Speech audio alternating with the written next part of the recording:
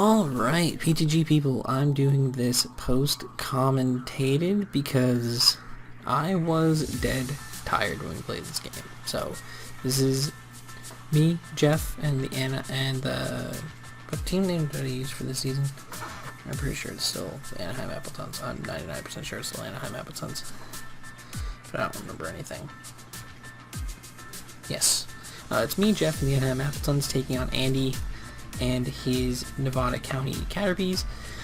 You can see on the team here, on the screen here, I brought the Escavalier, the Sneasel, the Giratina, the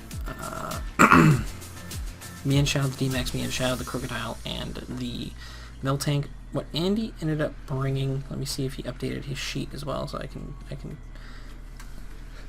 pull that for you, because I don't have enough of that offhand. Oh, there it is.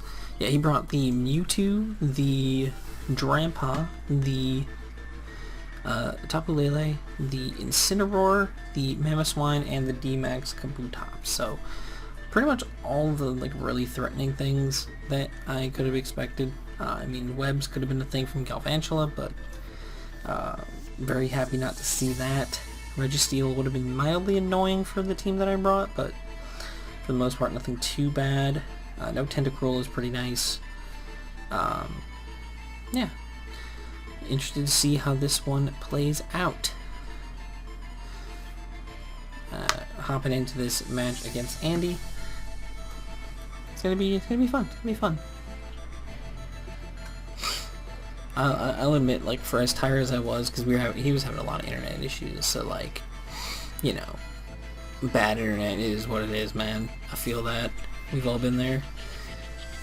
But, yeah, so we lead here with the Escavalier against the Mamoswine. I'm just safe turn one. I'm just going to click knock off. There's genuinely no reason not to. It's, the safest play possible. Because, I didn't expect him to want to leave this in on me. As he just goes straight for the Earthquake, so I was like, oh right. That does way too much damage. I think you can just trust me that did way too much damage. I'm 90% sure that did just slightly off of half. He didn't do half, but he did just above. I'm pretty sure knockoff did just slightly shy of the damage that the Earthquake did. But he's going to switch here as I went for the close combat. I figured he didn't want to leave this thing in and die. Figured he'd go into the Incineroar, which is fine. He gets the Intimidate off on me, and you would think that would matter. But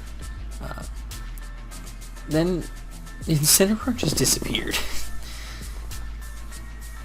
Because I got a crit. Definitely, with the Intimidate in mind, I definitely think that crit mattered. I think that's huge. Getting rid of Incineroar this early in the game is game-changing. Wiping that thing off the face of the earth is game-changing. 110%. No denying that. That is a game-changing move right there. But he's going to go into Mewtwo here. I'm who on my team switches into Mewtwo? Realistically, what switches into Mewtwo here? And I kind of just decided nothing, so Escavalier is not going to get the job done for anything else in this match. So I just decide, screw it, we're going to let him go. Not really too big of a deal. Got rid of I think getting rid of the Incineroar, I think, is more than enough worth. And chipping down the Mamoswine as well, I think that's more than worthy of taking a break back in the Pokeball, you know what I mean? So I just go straight out into Crocodile here. I'm I am Scarfed, I can click knockoff, and there's nothing he can do about it. So I'm just going to do that. I'm just going to click knockoff and not think about it, because that's the whole point of bringing two Scarf Dark types to this match, right? I see a bunch of Psychic types, I click my Dark types, and I bring my Dark types. and make sure that my dark types can outspeed his psychic types. It's just that simple. It's a really straightforward strategy. Nothing crazy. Nothing outlandish. And Crocodile just drops Mewtwo. Just completely drops it. I was like, listen, I know Crocodile's strong. I was not expecting Crook to one-shot. No, like, no shot. Like, I know Mewtwo isn't the bulkiest legendary in the world, but it's still a Mewtwo. You know, like, that's a Mewtwo that should not have died right there. I don't know. But he brings in the Lele here, and I was like, the way he brought that in, I'm just like, that's Scarf. That is 100% Choice Scarf, so I just go hard out into my specially defensive Meltank to eat this up, because I know in my... I'm reading you. I'm reading you like a book, Andy, my boy. I'm reading you like a book, and that does like 70 points of damage, I think it was, like about 37 to 40 something percent.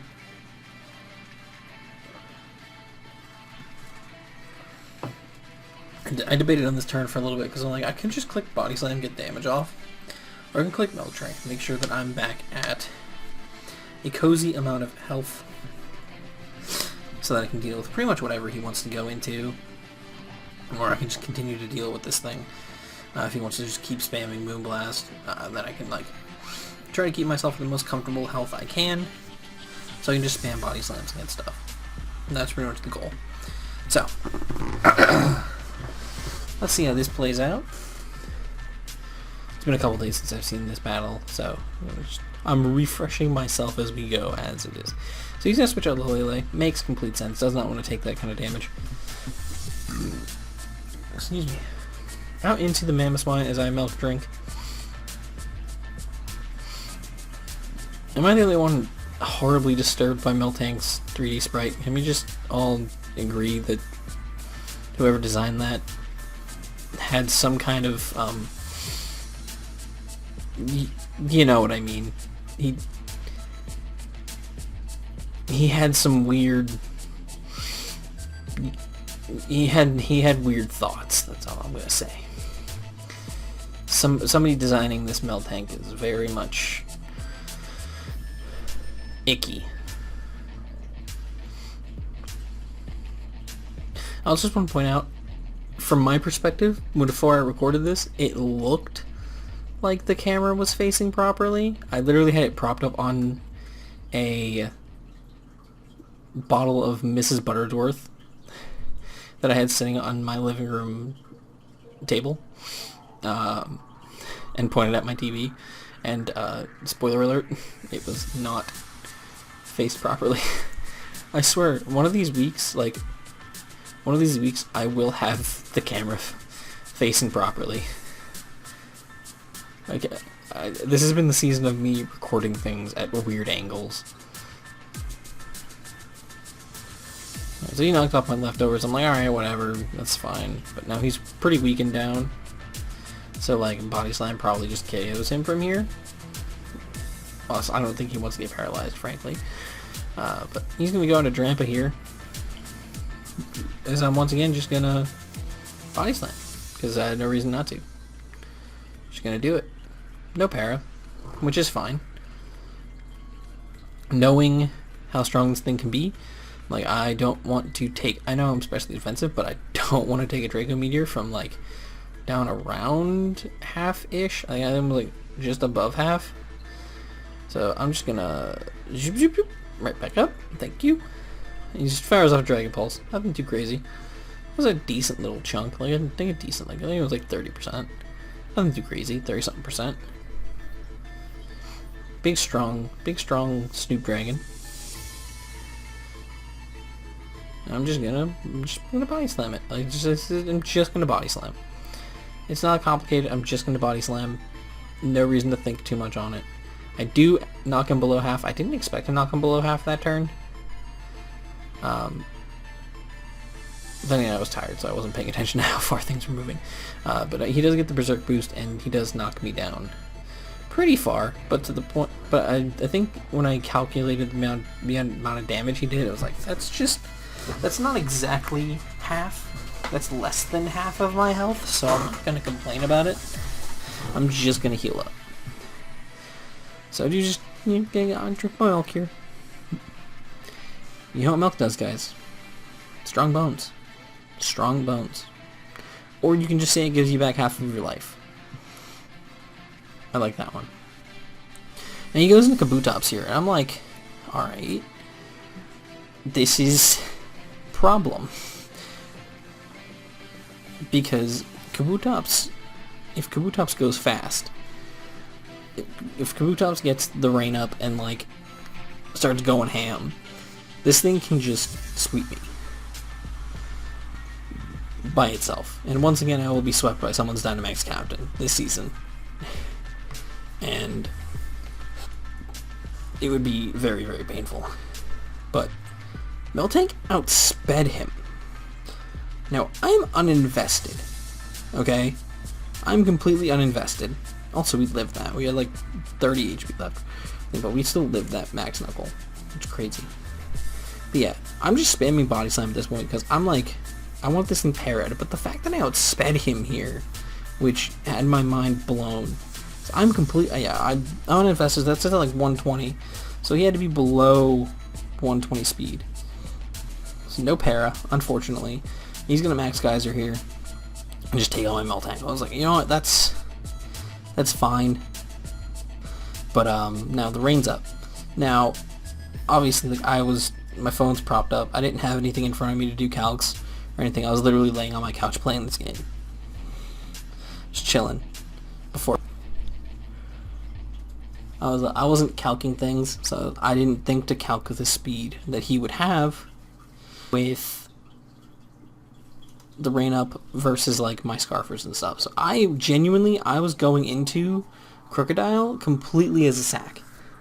110%. This was meant to be sacked off, right? Like that was the goal.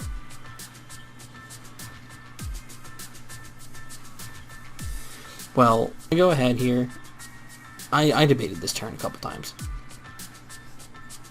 Don't know why I debated it so heavily, but I debated this a couple times. But I decided I'm just going to go straight for the Earthquake, hit this thing as hard as I physically can, and I outsped and do a boatload of damage, and there's no weakness policy. So I was like, oh, okay. Like, yes, obviously, like, goes down here. Like, there was no debate here. It's a +1 Kabutops, Max Geyser in the rain. I was never living that. But the fact that Crook outsped, that opened the door. Because I know now that Kabutops is shrinking back down this turn. So I'm safe to potentially click something like Low Kick. Because why not, right? But then I'm like, I'm locked into that. That gives him an opening on me with the Lele. So I'm just going to go Knockoff. Because Knockoff gives me the best opportunity against the rest of his team, and I do pick up the kill with Sneasel and the Knockoff, which is huge. And I see that he was Assault Vest, which is very cool, very cool. I love throwing Assault Vests on my Dynamax mons. It makes sense. I'm pretty sure my Mienshao this week was also Assault Vest, which I think is hilarious. And we both had the same idea. So he goes into Mamoswine here, and I'm locked into Knockoff. I underestimate Sneasel's power all the time. I did not think Knockoff was going to kill. I was like, alright, he's going to kill me here. That's fine. Because that allows me to go into Mienshao, and that allows me to Airstream up and win the game that way. Well, spoilers, he just goes for Ice Shard here. I think he thought it was Sash. Yeah, he said he thought it was Sashed. I just go for the Knockoff there. And it kills. I did not expect it to kill, but it killed. So then he goes into Lele. So Sneasel picking up 2 kills in this game, by the way. Goated. Absolutely goated Sneasel.